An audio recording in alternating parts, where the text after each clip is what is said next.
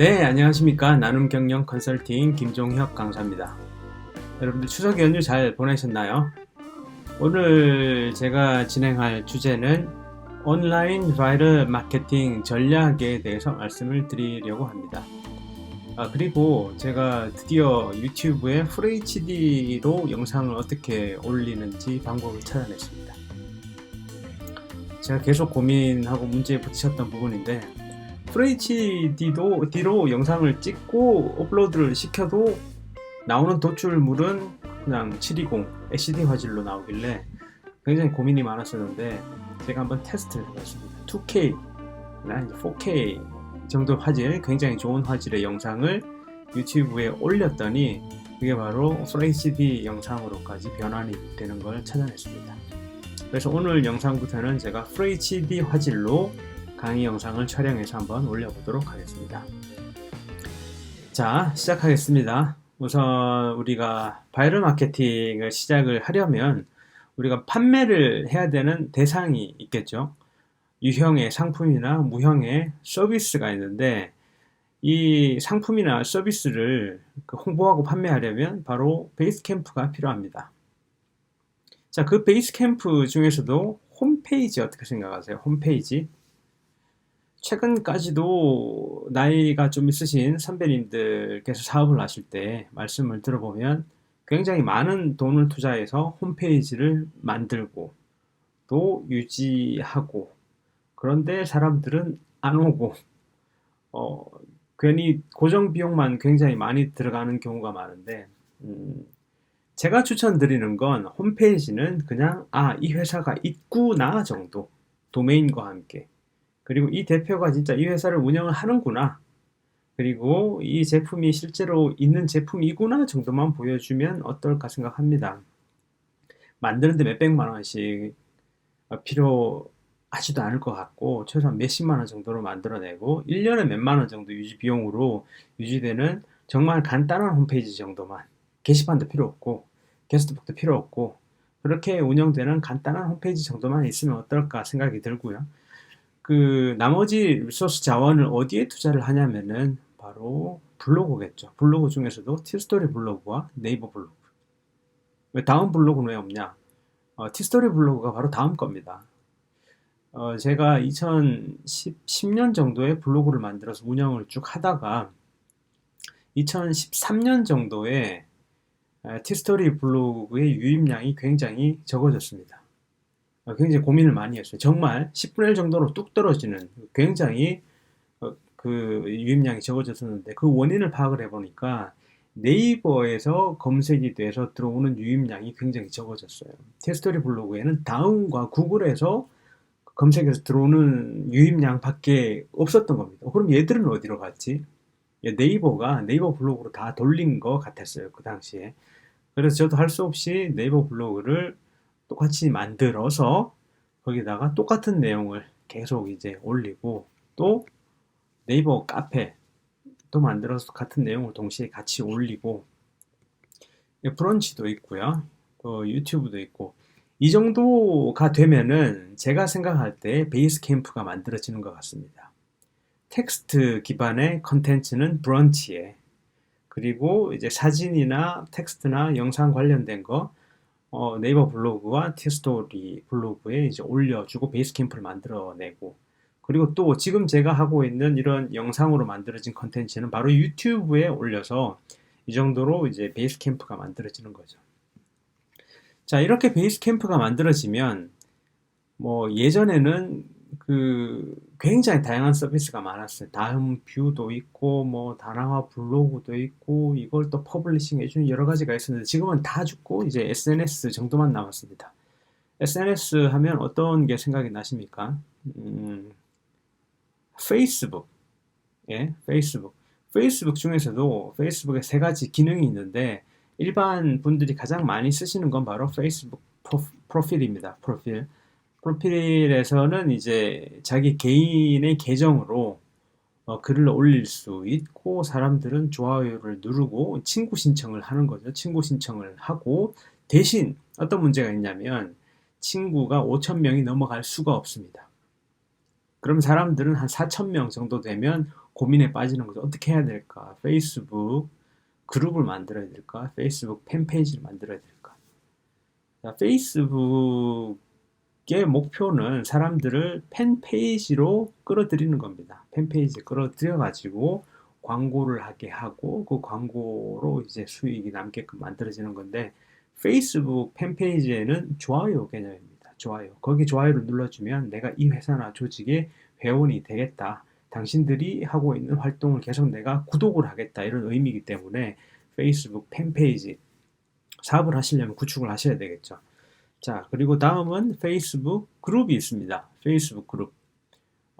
다음이나 네이버 카페처럼 그룹핑, 커뮤니티를 만들어내는 건데, 말이 굉장히 많은 게 어떤 게 있냐면, 다음 카페나 네이버 카페 같은 경우에는 초청을 하고, 거기에 수락을 하고, 승인을 하는 과정이 필요한데, 페이스북 그룹 같은 경우에는 친구를 다 이제 강제로 끌어들여서 커뮤니티랑 그룹을 만들어낼 수가 있습니다. 카카오톡 단톡방을 생각하면 되겠죠. 내가 여기에 대해서 동의한 적이 없는데,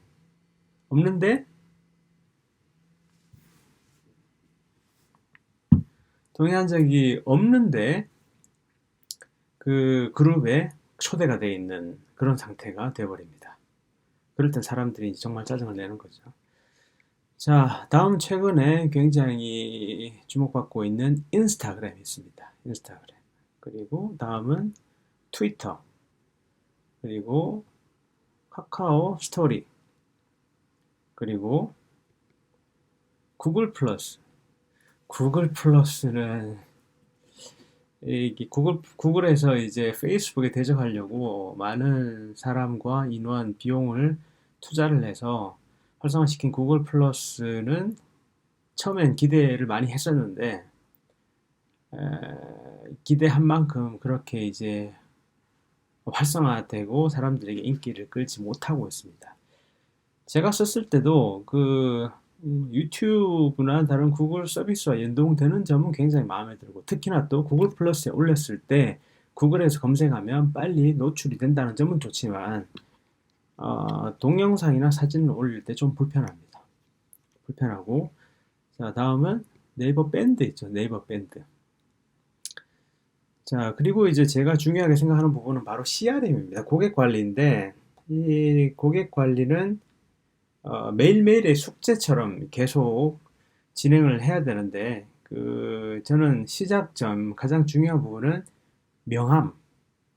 이 명함에 있는 데이터를 어떻게 디지털화 시키느냐가 굉장히 중요한 부분이라고 생각이 들고, 이거 무식하게 이제 엑셀이나 텍스트로 계속 타이핑해서 옮기지 말고, 명함 스캐너를 하나 구비를 하셔가지고, 한 10만 원, 20만 원 정도 구비를 하셔가지고 지금 가지고 있는 명함에 있는 정보부터 다 디지털화 시키는 부분이 굉장히 중요한 거고 이 디지털화 되어 있는 파일을 메일 링크나 문자 나라 같은데 올려서 정기적으로 자동이 되면 좋겠죠. 정기적으로 이제 문자나 메일링이 가시는 거고 거기다가 예를 들면 생일이나 어떤 특정한 일자에 자동으로 문자나 메일이 가지게 하면은 이 CRM의 가장 기본적인 방식이 되지 않을까 생각이 듭니다.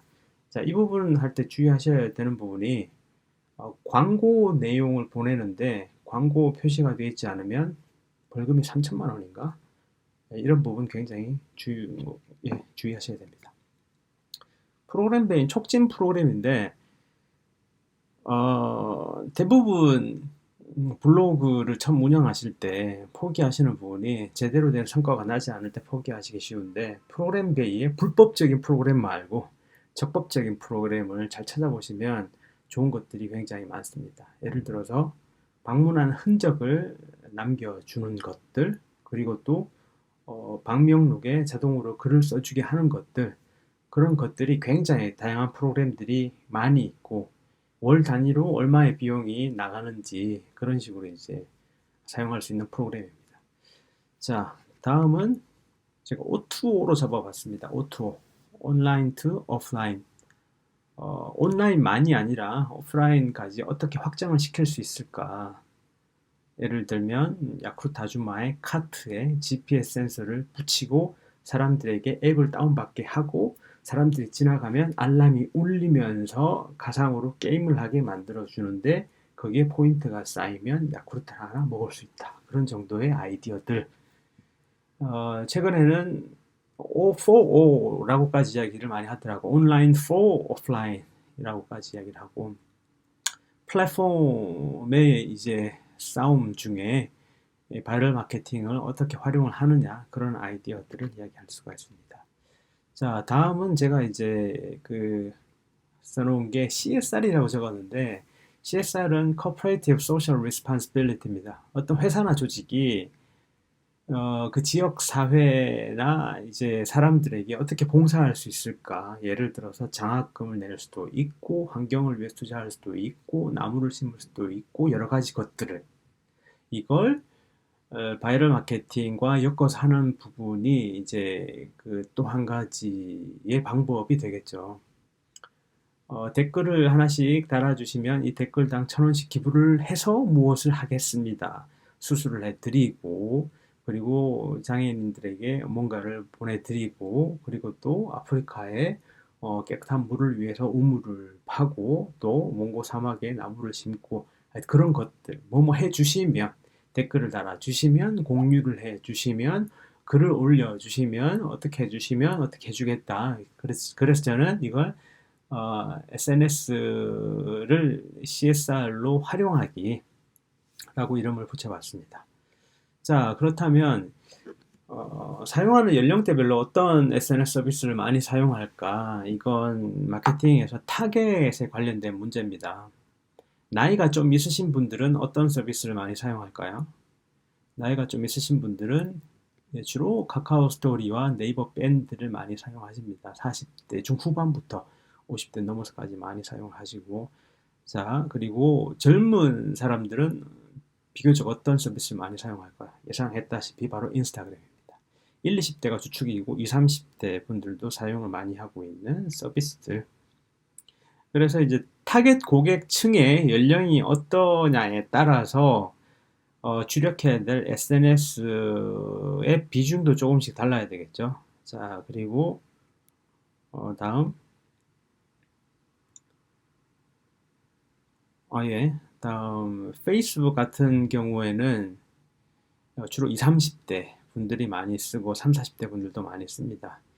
옆에 중국이라고 먼저 떴는데 중국 같으면 어떨까요? SNS 환경이 우리가 알고 있는 그 환경과는 굉장히 많이 달라집니다. 왜냐하면은 중국에서는 쓰지 못하는 SNS가 굉장히 많습니다. 페이스북이나 유튜브나 구글이나 이런 것들 굉장히 많기 때문에 중국인들만 사용하는 SNS가 굉장히 많아요. 트위터 대신 어떤 걸 쓸까요? 트위터 대신 바로 웨이보 씁니다. 웨이보.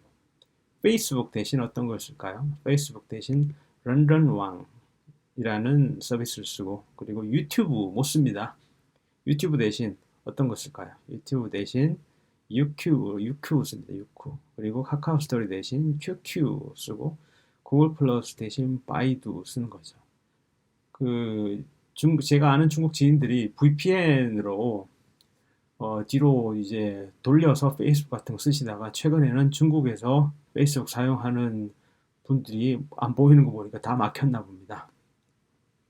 자, 이렇게 오늘은 짧게 전체적인 온라인 바이럴 마케팅 전략의 큰 그림을 한번 그려봤습니다. 보통 이 내용 가지고 이제 몇 시간씩 강의를 하는데 더 상세한 내용은 강의 의뢰를 하시기 바랍니다. 감사합니다. 이상으로 마치겠습니다. 나눔 경영 컨설팅의 김종혁 강사입니다. 고맙습니다.